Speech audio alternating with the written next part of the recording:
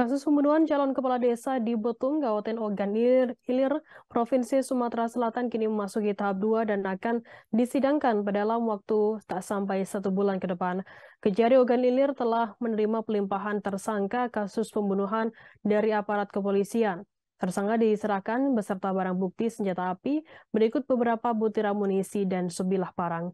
Informasi lebih lengkapnya akan disampaikan oleh rekan jurnalis kami, dari Tribun Sum, Selada Agung yang akan melaporkannya. Silakan rekan Agung. Selamat petang rekan Firda dan juga Tribuners. Dapat kami laporkan kasus pembunuhan calon kepala desa di Ogan Ilir, Sumatera Selatan sempat mencuat beberapa waktu lalu karena dikait-kaitkan dengan kontestasi pemilihan kepala desa tahun 2022. Namun akhirnya isu tersebut ditepis oleh polisi karena berdasarkan hasil penyelidikan kasus ini murni karena dendam pribadi antara tersangka terhadap korban.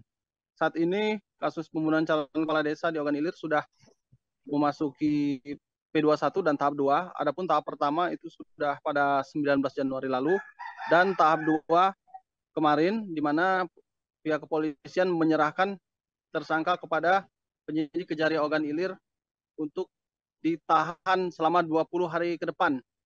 Selain menyerahkan tersangka, polisi juga menyerahkan barang bukti berupa senjata api beserta beberapa butir amunisi dan sebilah parang serta perlengkapan lainnya, maksudnya peralatan seperti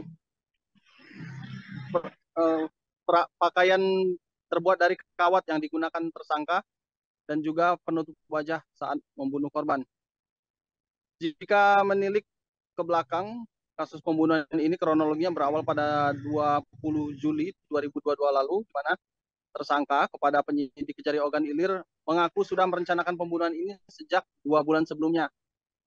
Tersangka bernama Romli, ini usia 45 tahun, membeli senjata api rakitan dari seseorang seharga 4,5 juta rupiah dan menyiapkan senjata api, maksudnya senjata tajam untuk menyerang korban pada pagi hari 20 Juli tahun lalu, di mana korban meninggal dunia di tempat kejadian perkara yang berada tidak jauh dari kediamannya.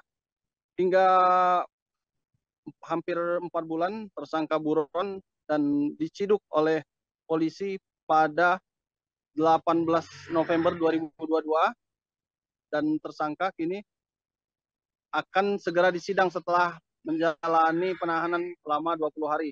Selama waktu tersebut penyidik Kejari Ogan Ilir diberi waktu untuk menyiapkan berkas-berkas diantaranya dakwaan untuk melimpahkan tersangka ke proses persidangan.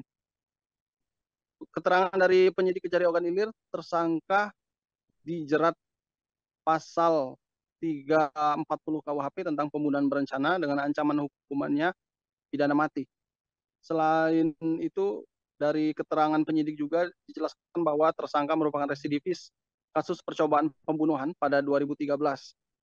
Hal ini sempat memunculkan spekulasi bahwa yang bersangkutan ini mengalami gangguan jiwa, namun sekali lagi isu tersebut ditepis oleh penyidik karena yang bersangkutan sekali lagi motif pembunuhannya karena dendam pribadi dan mengaku sering diolok-olok oleh korban.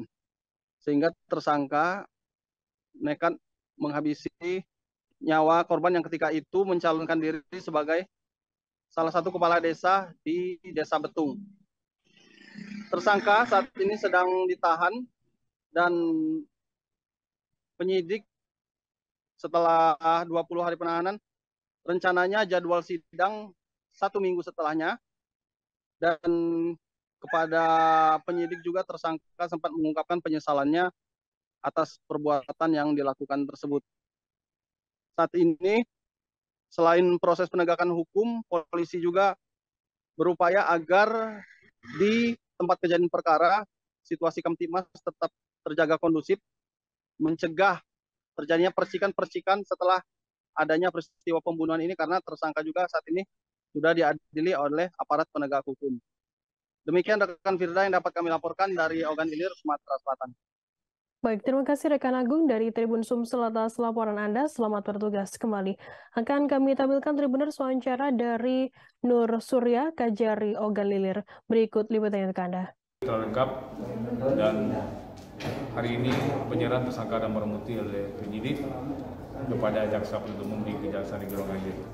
Dan kami di Kejaksaan Negeri Ogan Ilir segera mungkin akan mempelajari berkas dan menyiapkan surat dakwaan dan segera melimpahkan ke Pengadilan Negeri Kayu Agung.